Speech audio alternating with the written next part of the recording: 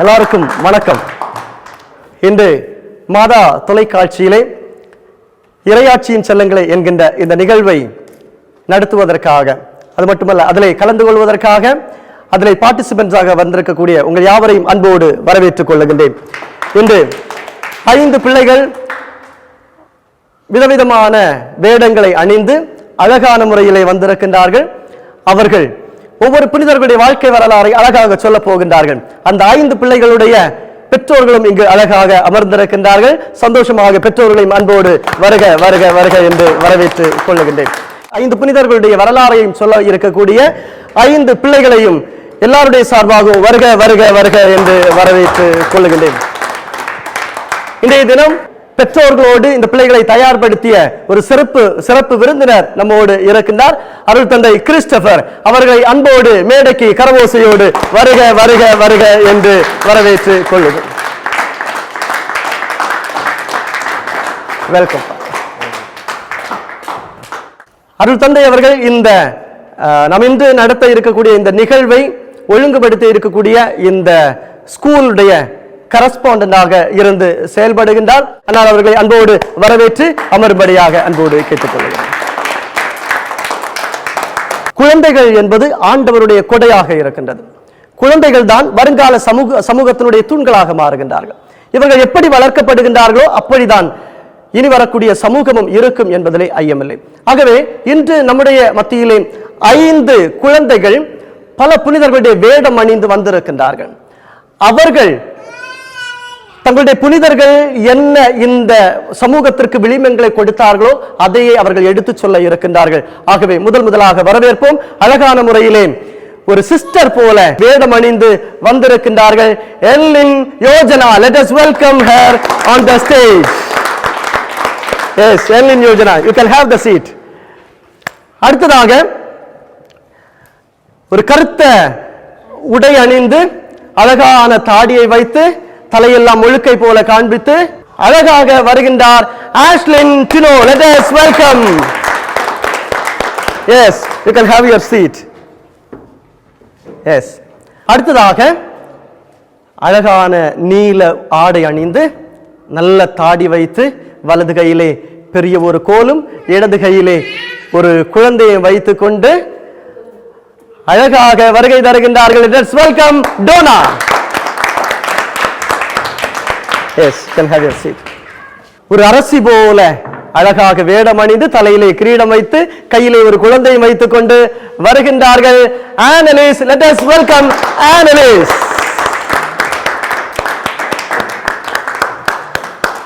அடுத்ததாக அழகான முறையிலே டிப் டாப்பாக அழகாக ஒருங்கி வேடம் அணிந்து வந்திருக்கின்றார்கள் Andro ஜெபலின். Let us welcome him. அன்புக்குரியவர்களே, அழகாக 5 புனிதர்களுடைய வேடம் அணிந்து அழகாக சூப்பராக வந்திருக்கின்றார்கள். அவர்கள் என்ன சொல்ல போகின்றார்கள், எப்படி சொல்ல போகின்றார்கள் என்பதுதான் நமக்கு வியப்பும். எர்லின் யோஜனாவை அன்போடு அழைக்கின்றோம்.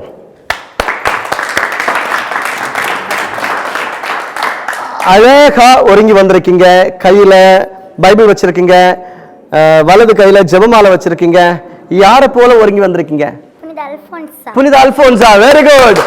நம்முடைய பாரதத்தினுடைய முதல் பெண் புனிதையாக இருக்கக்கூடிய புனித அல்போன்சா போல ஒருங்கி வந்திருக்கின்றார்கள். அவர்கள் என்ன சொல்லுகின்றார்கள் என்பதை நாம் கேட்கலாம். சொல்லுங்க. புனித அல்போன்சா குடமாளூர் என்னும் ஊரில் 1910ஆம் ஆண்டு ஆகஸ்ட் 19ஆம் நாள் ஜோசப் மற்றும் மேரி தம்பதியருக்கு மகளாக பிறந்த பெற்றோர் இவருக்கு அண்ணாவின் நினைவாக அன்னக்குட்டி என பெயரிட்டனர். தன் வாழ்வை கிறிஸ்துவுக்காக அர்ப்பணிக்க விரும்பிய இவர் 1928ஆம் ஆண்டில் அல்போன்சா என்னும் பெயரை தாங்கி கன்னியாஸ்திரியாக மாறினார். ஆரம்ப பள்ளி மாணவர்களுக்கு கல்வி கற்பது, பிறருக்கு நற்பணி செய்வது போன்ற நல்ல பண்புகளை தன்னகத்தை கொண்ட இவர் எரியும் நெருப்புக்குழிக்குள் விழுந்த விபத்தில் பாதங்கள் கருகினர். தாயின் மரணம், தோல் நோய் பாதிப்பு, கால் ஊனம், வளர்ப்பு தாயின் மரணம் என்று அடுத்தடுத்து அவரது வாழ்வு சோதனையாக மாறியது. நோயின் காரணமாக அவருக்கு எந்த பணியையும் செய்ய இயலவில்லை. உடல் நலம் மேலும் பாதிக்கப்பட்டு தனது 35ஆம் வயதில், அதாவது 1946ஆம் ஆண்டு ஜூலை 28ஆம் நாள் கன்னியாஸ்திரி அல்ஃபோன்சா காலமானார். இவரது உடல் கேரள மாநிலம் பர்னிங்கானத்து நல்லடக்கம் செய்யப்பட்டது. 1999ஆம் ஆண்டில் ஒரு பச்சிளம் குழந்தையின் வளைந்த பாதங்கள் குணப்படுத்தப்பட்டதாய் கூறப்படும் நிகழ்வே அல்ஃபோன்சா அன்னைக்கு புனிதர் பட்டம் வழங்குவதற்கு காரணமாய் அமைந்தது. இதன்படி 2008ஆம் ஆண்டு இவருக்கு புனிதர் பட்டம் வழங்கப்பட்டது. Wow, super. வாங்க வாங்க வாங்க. அழகா சொல்லியிருக்கீங்க, சூப்பரா பேசியிருக்கீங்க. உங்களுக்கு இது சொல்லி தந்தது யாரு? அம்மா. அம்மா எங்க இருக்காங்க? அம்மா. நிறைய புனிதர்கள் இருக்காங்க, ஏன் அல்ஃபோன்சாவை உங்களுடைய பிள்ளை சொல்லணும்னு விரும்புறீங்க? அது எப்படின்னா, அவங்க வந்து சின்ன வயசுலேயே வந்து அல்ஃபோன்சாமோட வாழ்க்கை வரலாறு நாங்கள் வந்து சேலம் டிவியில் பார்த்துருக்கேன். அதனால் ஷாலோம் டிவியிலே அல்ஃபோன்சா அம்மாவுடைய வாழ்க்கையை பார்த்து இன்று இதே நிகழ்வு மாதா டிவியிலே வருகின்றது, மாதா தொலைக்காட்சியிலே வருகின்றது. ஷாலோம் டிவியிலே ஷாலோம் தொலைக்காட்சியிலே பார்த்த ஒரு நிகழ்வு தங்களை தூண்டியது. அதன் வழியாக பிள்ளையை அதன் வழியாக வேடம் அணிவித்து கொண்டு வந்திருக்கின்றார்கள். Very good, very good. அல்ஃபோன்சாவை பார்க்கின்ற போது புனித அல்ஃபோன்சாள் எரிகின்ற நெருப்பிலே தன்னுடைய கால்களை வைத்து சுட்டுக் கொண்டவள்.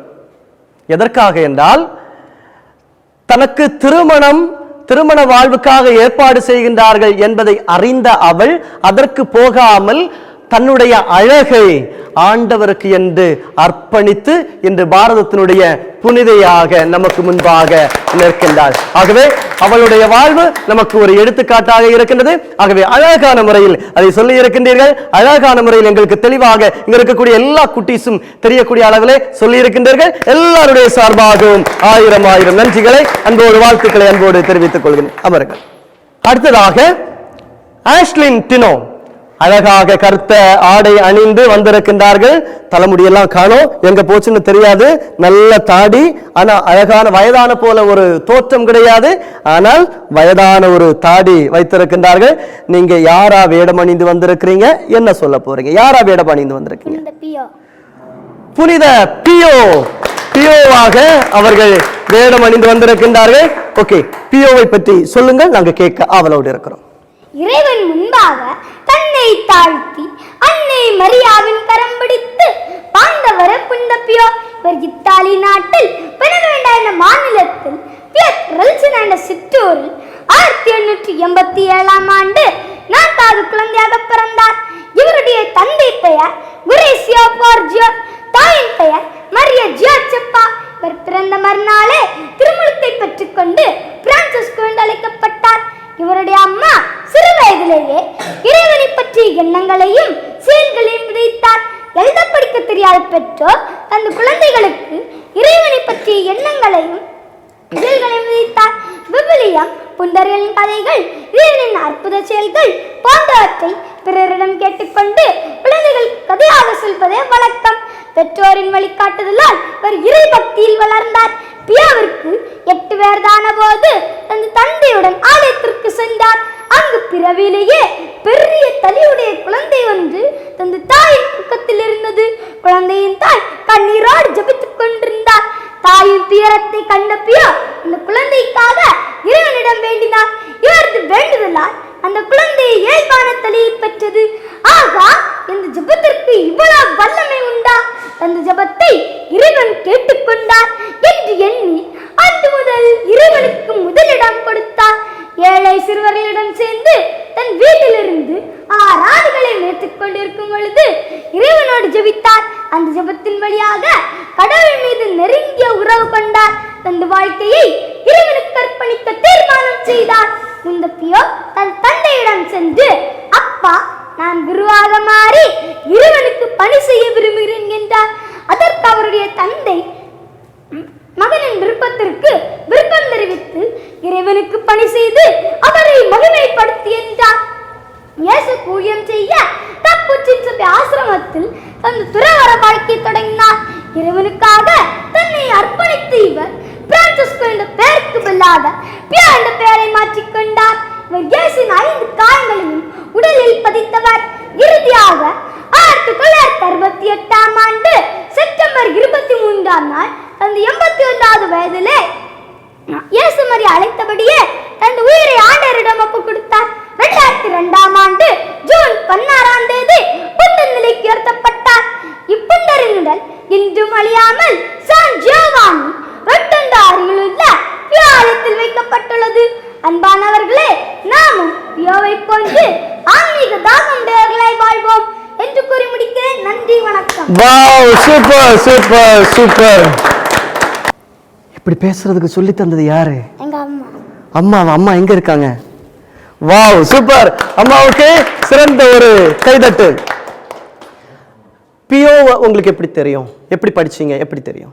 புனிதரோட புக் படித்ததுல, புனிதர்களுடைய புஸ்தகங்கள் வாசித்ததுல பியோவனுடைய வாழ்க்கை வரலாறு உங்களை அதிகமாக தூண்டியது. ஆகவே பிள்ளைக்கு ரொம்ப அவரை தூண்டினது. வாவ், ஆண்டவருடைய 5 காயங்கள் புனிதருடைய 5 உடல்ல 5 இடங்களிலாக அவர் கிடைக்கப்பெற்ற மாபெரும் புனிதராக இருந்தார். அது மட்டுமல்ல, வாழுகின்ற காலத்திலே அற்புதம் செய்த ஒரு புனிதர் என்று அழைக்கப்பட்டவர் தான் புனித பியோ என்கின்ற புனிதர். அது மட்டுமல்ல, அழகாக குழந்தை எடுத்து சொன்னது. இந்த குழந்தையினுடைய வளர்ப்பு என்பது, இந்த புனிதருடைய வளர்ப்பு என்பது தாய் தகப்பனை பொறுத்ததாக இருந்தது. சிறு வயதிலேயே சிறு சிறு குட்டி குட்டி கதைகள் எல்லாம் சொல்லிக் கொடுத்து இந்த குழந்தையை வளர்த்து வந்தார்கள். நாளடைவிலே மற்ற பிற பிள்ளைகளுக்காக ஜெபிக்கக்கூடிய ஒரு நபராக புனித பியோ வளர்ந்து வந்தார். அழகான முறையிலே நமக்கு பியோனுடைய வாழ்வை நம்முடைய உள்ளங்களிலே பதித்து தந்த அன்பு குழந்தைக்கு அனைவருடைய நாமத்திலும் 1000 வாழ்த்துக்களை அன்போடு கரபோசையோடு தெரிவித்துக் கொள்வோம். உட்கார்.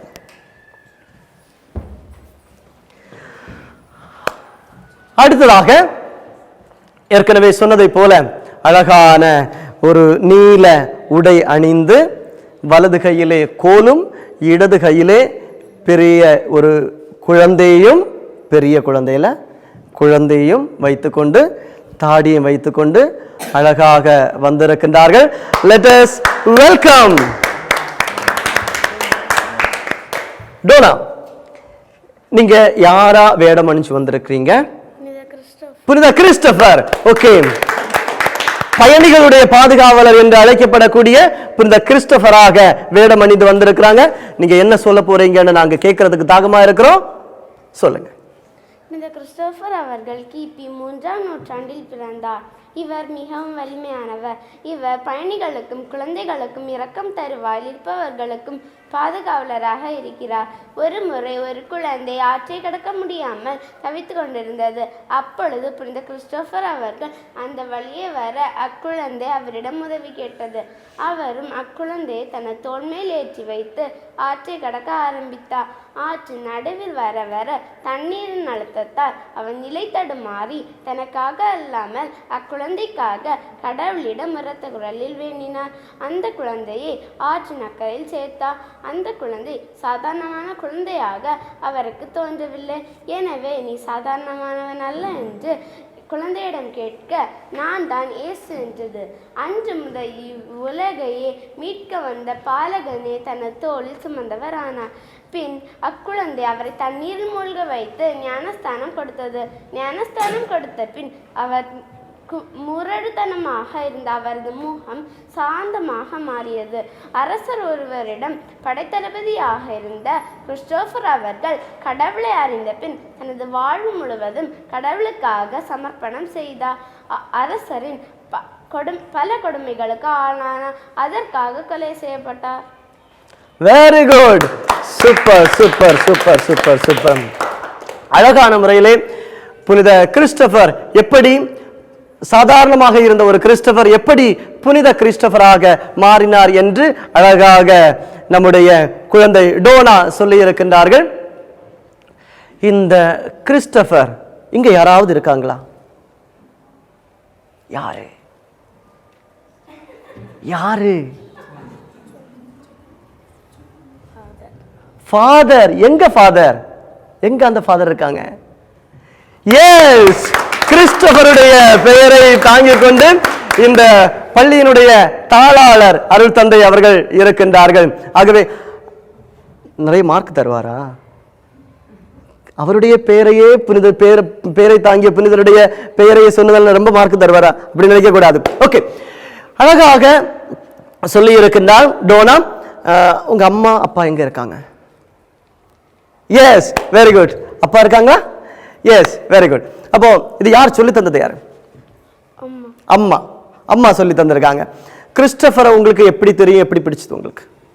கிறிஸ்டோபரை பிடிக்க காரணம் வந்து என்னுடைய அண்ணன் வந்து ஃபாதர் கிறிஸ்டோபரா இருக்கிறாங்க.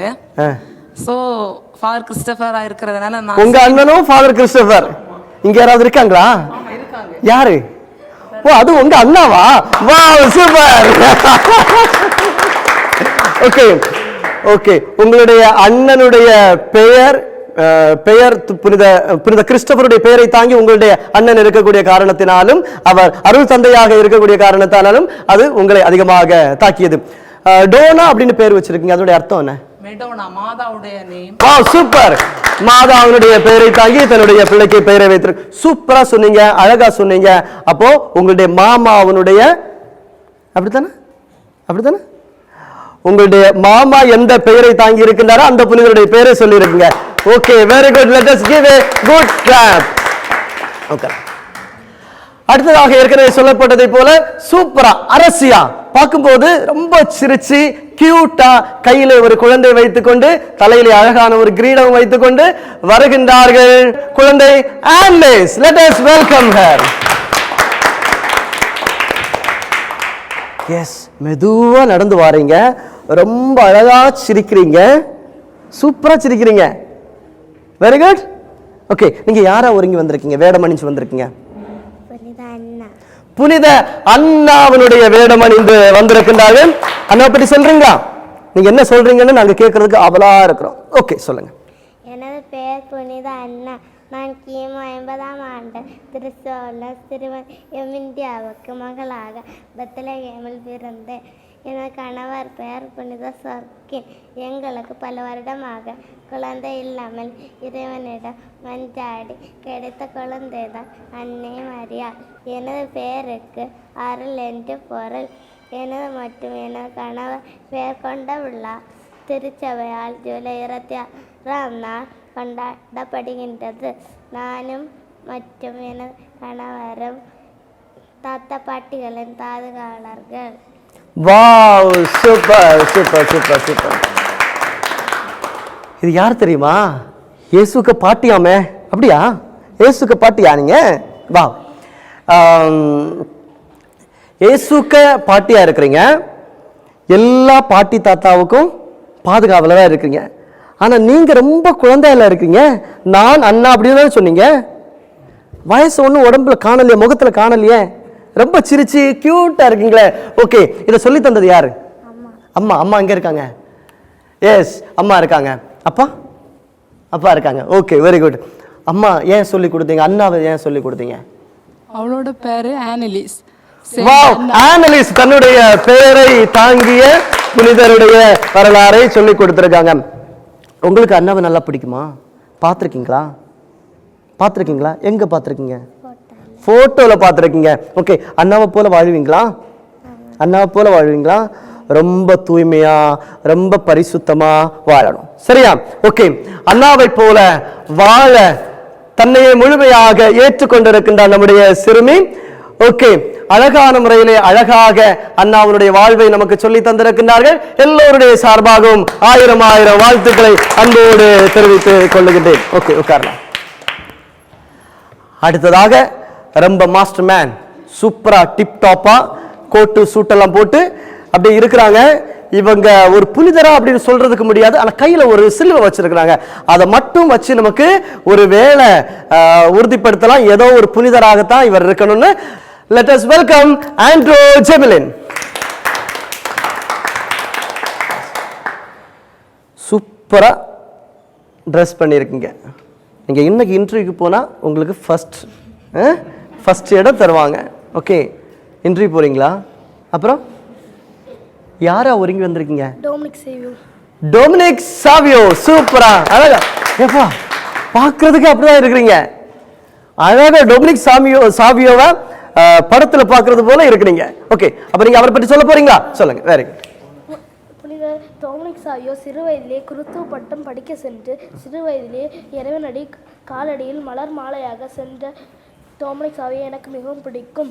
இவர் 1842ஆம் ஆண்டு ஏப்ரல் 2ஆம் தேதி இத்தாலியில் உள்ள சியரியில் பிறந்தார். இவர் சிறு வயதிலேயே அன்னை மரியாளிடமும் இயேசுவிடமும் மிகுந்து பற்று கொண்டு இருந்தார். 4 வயதிலேயே தனியாக ஜெபம் செய்ய கற்றுக்கொண்டார். 12 வயதில் கடவுளின் அழைப்பை ஏற்று புனித ஜான் போஸ்கோ நடத்திய ஆர்டரியில் 1854ஆம் ஆண்டு அக்டோபர் 1ஆம் தேதி சேர்ந்தார். 14 வயதில் உடல்நலம் பாதிக்கப்பட்டு 1857ஆம் ஆண்டு மார்ச் 9ஆம் தேதி விண்ணக காட்சியை கண்டு ஆகா எவ்வளவு இன்பம் நிறைந்த காட்சி என்று கூறியவாறு சாவியோ உயிர் துறந்தார். இவருக்கு திருத்தந்தை 11ஆம் பயஸ் 1933ஆம் ஆண்டு வணக்கத்துக்குரியவர் என்ற பட்டத்தை வழங்கினார். இவருக்கு திருத்தந்தை 12ஆம் பயஸ் 1950ஆம் ஆண்டு மார்ச் 5ஆம் தேதி அருளாறு பட்டம் 1954ஆம் ஆண்டு ஜூன் 12ஆம் தேதி புனிதர் பட்டமும் வழங்கினார். பாவம் செய்வதை விட சாவதே மேல் என்பது இவரது விருது வாக்காகும். கெட்ட வார்த்தை பேசிய சிறுவர்களை கண்டித்து திருத்தினார். சண்டை போட்டு கொண்டிருந்த சிறுவர்களை சமாதானம் செய்து வைத்தார். 14 வயதை நிரம்பிய டொமினிக் சாவியோவின் வீரத்துவமும் அன்றாட புண்ணிய வாழ்வை இவரை புனிதர் நிலைக்கு உயர்த்தியது. கத்தோலிக்க திருச்சபையில் மறை சாட்சியாக இருக்காத புனிதர்களில் இவரே இளையவர். இளைஞர்கள் இவர் வழியை பின்பற்ற வேண்டும். களங்கமற்ற புண்ணிய வாழை அழைப்பிடும் டொமினிக் சாவியோவை எனக்கு மிகவும் பிடிக்கும். Wow, super. அழகா தொடக்கத்திலிருந்து இறுதி வரை அழகாக சொல்லி முடிச்சிருக்கீங்க. உங்களுக்கு இது சொல்லி தந்தது யாரு? அம்மா. இப்படி ஒருக்கி விட்டது யாரு? அம்மா. அம்மா. எல்லாம் அம்மா தான். அப்பா ஒன்றும் செய்யலையா? அம்மா. அப்ப டொமினிக் சாவியை பற்றி சொல்லி தந்தது? எழுதி வந்தது அம்மா, சொல்லி வந்தது. Wow, super. எழுதி தந்தது அம்மா, சொல்லி தந்தது அப்பா. அப்போ அப்பாவும் அம்மாவும் சேர்ந்து உங்களுக்கு சொல்லி தந்திருக்கிறாங்க. ஓகே, உங்களுடைய அவங்களுக்கு வேற ஏதாவது புனிதர் எனக்கு சொல்லித்தாங்க அப்படின்னு நீ கேட்டியா? இல்லை, கேட்கல. அவங்க என்ன புனிதர் சொன்னாங்களோ அதுதான் சொல்லியிருக்கிற. ஓகே, இந்த புனிதரை பற்றி சொல்லி கொடுக்கறதுக்காக உங்களை உசுப்பியது என்ன? வந்து சிறு பிள்ளைகளுக்கு வந்து நல்ல ஒழுக்கங்களை சொல்லி கொடுத்தாரு. அப்போ அந்த ஒழுக்கத்தில் நம்ம பிள்ளையும் வளரணும், இதை பார்த்து நீயும் கற்றுக்கணும். 4 வயதுலேயே அவர் வந்து ஜோமாலையெல்லாம் செய்திருக்காரு. குடும்ப ஜோமாலை நாங்கள் வீட்டில் செய்யும்போது நீயும் எங்கள் கூட இப்படியெல்லாம் இருக்கணும்னு உள்ள ஒரு முன் மாதிரியை வந்து அவன் வெளிக்கொணரன்னு உள்ளதை அவனுக்கு சொல்லிக் கொடுக்க செய்தோம். சூப்பர். சிறு வயதிலேயே பிள்ளை எந்த புனிதரை பார்த்து பழக வேண்டும், வளர வேண்டும் என்று அழகாக தீர்மானித்து கொடுத்திருக்கின்றார்கள். சிறு பிள்ளை டொமினிக் சாவியோ 4 வயதிலிருந்தே தனியாக ஜெபம் செய்ய கற்றுக்கொண்டவர் என்று குழந்தை சொன்னது.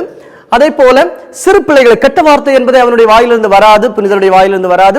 அதே போல மோசமாக பேசக்கூடிய பிள்ளைகளை கண்டித்து திருத்தக்கூடியவராக புனித டொமினிக் சாவியோ இருந்தார்கள். அது மட்டுமல்ல, இளைய தலைமுறைக்கு ஒரு எடுத்துக்காட்டாக அவர் இருந்தார். கடவுளுக்காக முழுமையாக அர்ப்பணம் செய்யக்கூடிய மாபெரும் புனிதராக இருந்தார். அதே போல பாவம் செய்வதை விட சாவதே மேல். அன்புக்குரியவர்களே, இன்றைய காலகட்டம் என்பது நான் பார்க்கிறோம், பாவ வாழ்க்கை என்பது கிளுகிழுப்பான வாழ்க்கை என்று செல்லக்கூடிய சமூகத்திலே அது தவறு, அப்படி செய்வதை விட சாவது மேல் என்று அழகான செய்தியை டொமினிக் சாவியோனுடைய செய்தியை நமக்கு தந்திருக்கின்றார்கள். குழந்தைக்கு அனைவருடைய நாமத்திலும் 1000 வாழ்த்துக்களை ஒருமுறை கூட அன்போடு தெரிவித்துக் கொள்வோம்.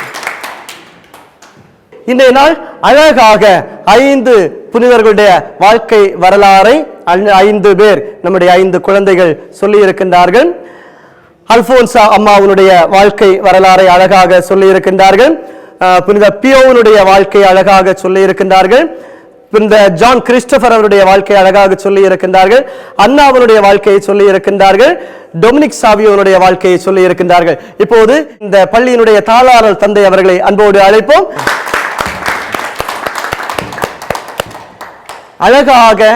அழகான முறையிலே சொல்லிய இந்த பிள்ளைகளுக்கு ஒரு சிறிய ஒரு வாழ்த்து ஃபாதர் சொல்லுங்களேன். அன்பு புனிதர்கள், 5 புனிதர்கள் இங்கே இருக்கின்றார்கள். மனிதர்களாக பிறந்த நாம் அனைவரும் புனிதர்களாக வாழ்வதற்காக அழைக்கப்பட்டிருக்கின்றோம். முதலில் மனிதர்கள், ரெண்டாவது புனிதர்கள். பாவம் செய்யாத புனிதர்களே கிடையாது. எல்லா மனிதர்களும் தான் புனிதர்கள் ஆக மாற்றப்பட்டிருக்கின்றார்கள். இன்றைக்கு மனிதர்களாக வாழக்கூடிய நாம் நல்ல மனிதர்களாக வாழும்போது நாம் என்ன செய்வோம்? புனிதர்களாக மாற்றப்படுவோம். இன்றைக்கு உலகில் புனிதர்களாக மாற வேண்டும் என்று ஆசைப்படக்கூடிய மனிதர்களின் எண்ணிக்கை மிகவும் குறைவாக உள்ளது. உங்களுடைய இந்த எடுத்துக்காட்டு ஒருவேளை வேடம் அணிந்து மனிதர்களாக நாம் புனிதர்களாக எடுத்து காட்டுறோம் என்றாலும் வாழ்க்கையில் எந்த புனிதர்களாக நீங்கள் இன்று வெளிப்படையாக சொன்னீர்களோ அந்த புனிதர்களாக நாம் மாற வேண்டும். வா வா வா வா வா வா வா வா. அழகாக எந்தெந்த புனிதர்களுடைய வேடம் அணிந்தது என்பது வேடத்தோடு விட்டுவிடக்கூடாது. இது உங்களுடைய வாழ்க்கையிலே நீங்கள் வாழ்ந்து காட்டுங்கள், ஒவ்வொரு புனிதர்களாக மாறுங்கள் என்று அருள் தந்தை அவர்கள் பிள்ளைகளுக்கு அறிவுறுத்தி இருக்கின்றார்கள், வாழ்த்தி இருக்கின்றார்கள். அன்பு தந்தை அவர்களுக்கு அனைவருடைய நாமத்திலும் ஆயிரம் ஆயிரம் வாழ்த்துக்களை அன்போடு தெரிவித்துக் கொள்ளுகின்றேன். அன்புக்குரியவர்களே,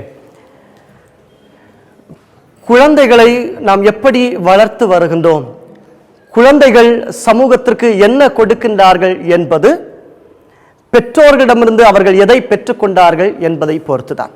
இன்று 5 பிள்ளைகள் 5 புனிதர்களுடைய வேடம் அணிந்து வந்திருக்கின்றார்கள். இந்த 5 புனிதர்களையும் தயார்படுத்தியவர்கள் இவர்களுடைய பெற்றோர்கள்.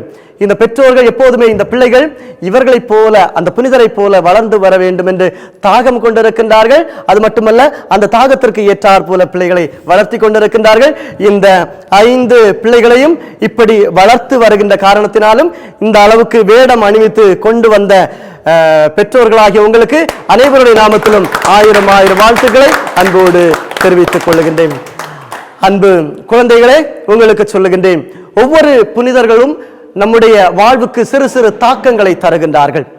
அந்த தாக்கங்களை நம்முடைய மனதிலே உள்வாங்கிக் கொண்டு அவர்களாக வாழ நாம் முயற்சிப்போம். அருள் தந்தை அவர்கள் சொன்னதை போல நாம் மனிதர்களாக வாழுகின்றோம், ஆனால் புனிதர்களாக மாற அழைக்கப்படுகின்றவர்கள். இந்த உலகத்திலே புனிதர்களாக மாறி இருக்கக்கூடியவர்கள் எல்லோரும் மனிதர்களாக வாழ்ந்தவர்கள். ஆனால் தங்களுடைய வாழ்வை சமூகத்தோடு இணைத்துக் கொள்ளாமல் ஆண்டவரோடு இணைத்துக் கொண்டு அவர்கள் புனிதர்களாக மாறினார்கள். நாமும் மாற எல்லா குட்டீஸுக்கும் அன்பு அழைப்பு விடுத்துக் கொண்டு முடிக்கின்றோம். நன்றி, வணக்கம்.